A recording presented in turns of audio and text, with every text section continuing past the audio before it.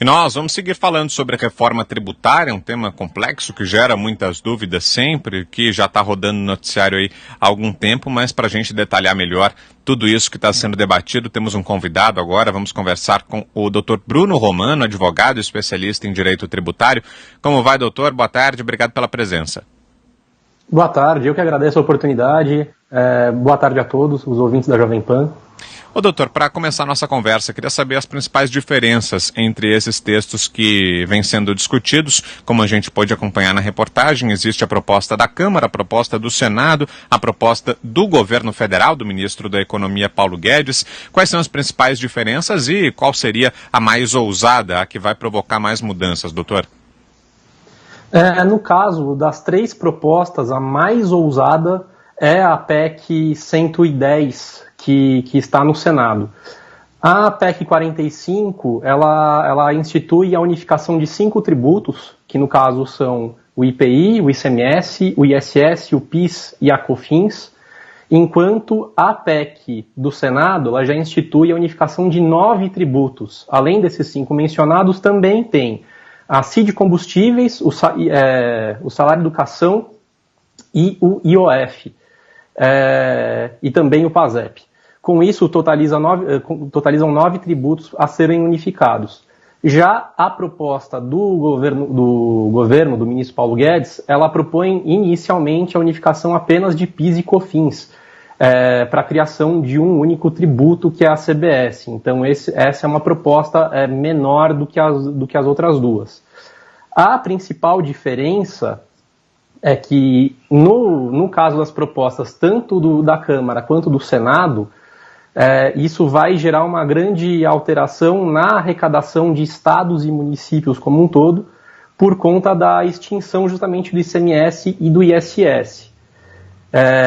As três propostas, no geral, acabam gerando um aumento de tributação, principalmente para o setor de serviços, que hoje em dia representa 75% do PIB nacional, mas, no geral, a proposta que hoje é mais abrangente é a PEC 110. Ô doutor, e em relação à proposta do governo, que prevê a unificação de 2 impostos federais, há muita reclamação do setor de serviços, dizendo que isso, no final das contas, vai prejudicar a situação do setor de serviços. É isso mesmo? Com essa fusão, com essa junção num imposto único, haveria uma incidência, uma taxação maior sobre o setor de serviços e, por outro lado, haveria algum setor beneficiado, ou seja, que pagaria menos imposto com a unificação? No caso da proposta do governo, de fato vai haver um aumento de tributação para o setor de serviços, não só na proposta do governo, mas também na proposta do governo, não por conta da alíquota proposta, porque foi proposta uma alíquota de 12%, que é bastante similar, se unindo PIS e COFINS, dá uma alíquota um pouco mais elevada do que já é existente. Mas o problema é com relação aos créditos. As empresas industriais, elas têm uma possibilidade de utilização de créditos, o que reduz a tributação, o que não vai ocorrer com o setor dos serviços. Num primeiro momento, não parece haver um setor beneficiado, parece haver apenas, de fato, um aumento da tributação para o setor de serviços efetivamente. E a contrapartida que é apontada pelo governo é que, em troca dessa alta tributação, desse aumento da tributação, viria a desoneração da folha de pagamentos. Essa conta fecha, doutor? São cálculos equivalentes, ou seja, aquilo que o governo vai arrecadar a mais com as mudanças tributárias compensa aquilo que o governo vai perder com o fim dessa política na folha de pagamentos?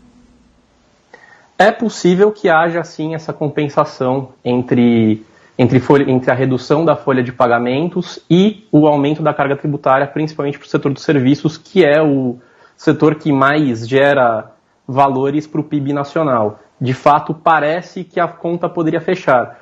Contudo, o governo ainda não mandou a segunda parte da proposta, que justamente fala da desoneração da folha e da criação também do imposto único sobre transferências econômicas.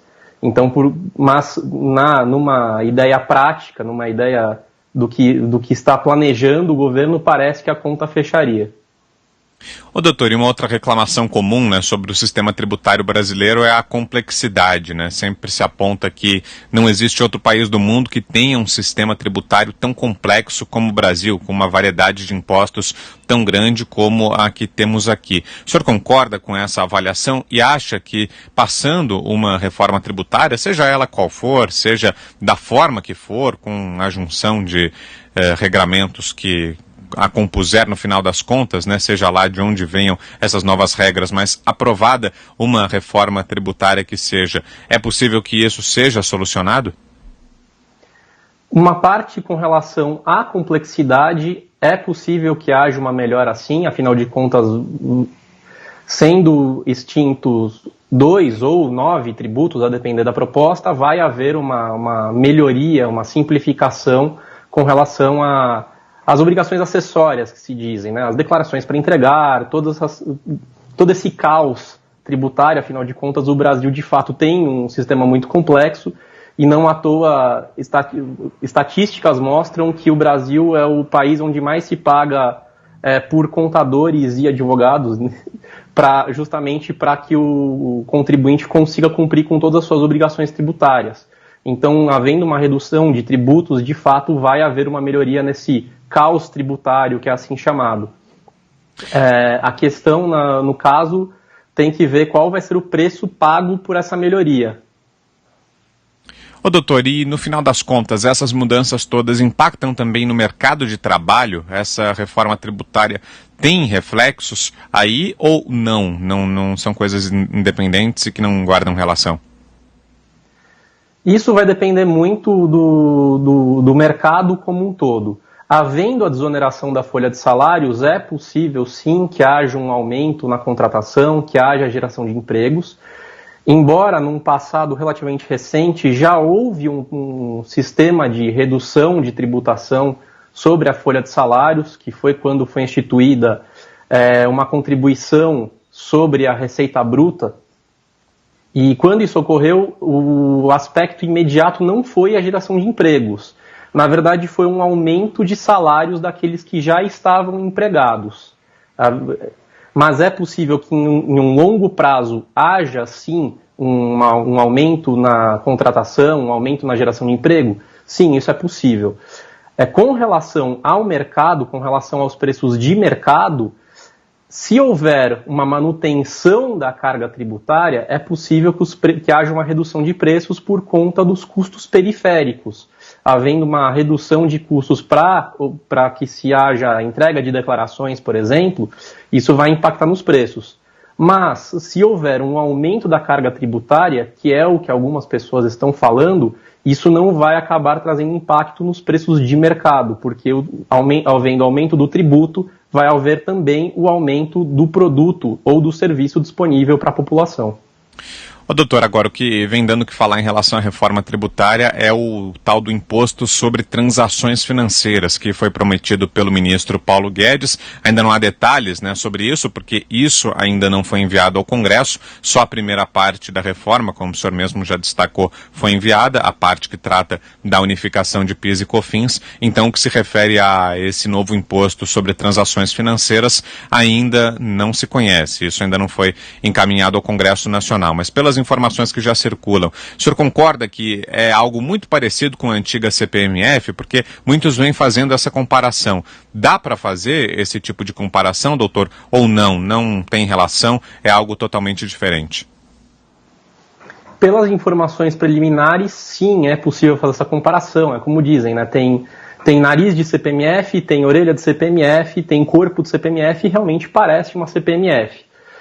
Vai ser um tributo que vai incidir sobre a circulação de valores no geral, da mesma forma como ocorria com a CPMF.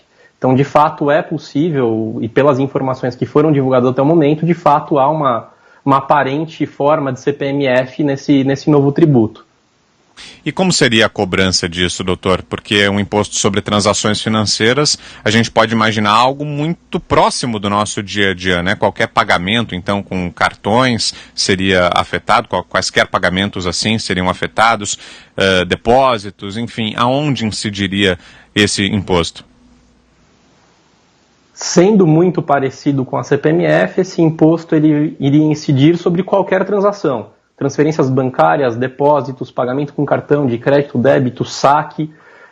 Isso incentivaria, inclusive, para que se fugisse dessa tributação, que se utilizasse mais o papel moeda, né? Voltando a se utilizar moeda na carteira, o que vem sendo cada vez menos utilizado com o passar do tempo.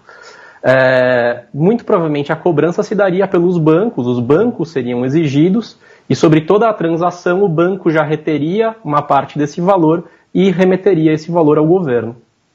E será que vem na esteira disso o lançamento da nota de R$200, doutor, desse possível uso maior do papel moeda? Será que tem a ver também com esse lançamento da nova nota, então, que foi anunciada pelo Banco Central essa semana ou não? O lançamento da nova nota eu vejo mais como algo relativo à inflação. Afinal de contas, desde o Plano Real, nós temos muitos e muitos anos aí de inflação acumulada e com isso, aos poucos, o dinheiro vai perdendo valor. Vai perdendo valor a ponto de não termos mais a moeda de 1 centavo, não termos mais a nota de R$1 e com essa perda de valor do dinheiro, notas maiores vão sendo criadas com o passar do tempo. Eu vejo mais a criação dessa nota por conta da inflação do que por conta da tributação, até porque se tem uma certeza de que, se existe uma certeza que a gente não, ou melhor, se existe uma falta de certeza, é de que se esse imposto vai ser aceito ou não pelo Congresso Nacional, até porque há uma grande resistência por uma grande parte dos deputados e dos senadores. Muito bem, agradeço muito aqui pela presença ao doutor Bruno Romano, advogado especialista em direito tributário, esteve conosco aqui falando mais sobre a reforma tributária. Obrigado, viu, doutor, pela entrevista. Ótimo sábado por aí. Um abraço.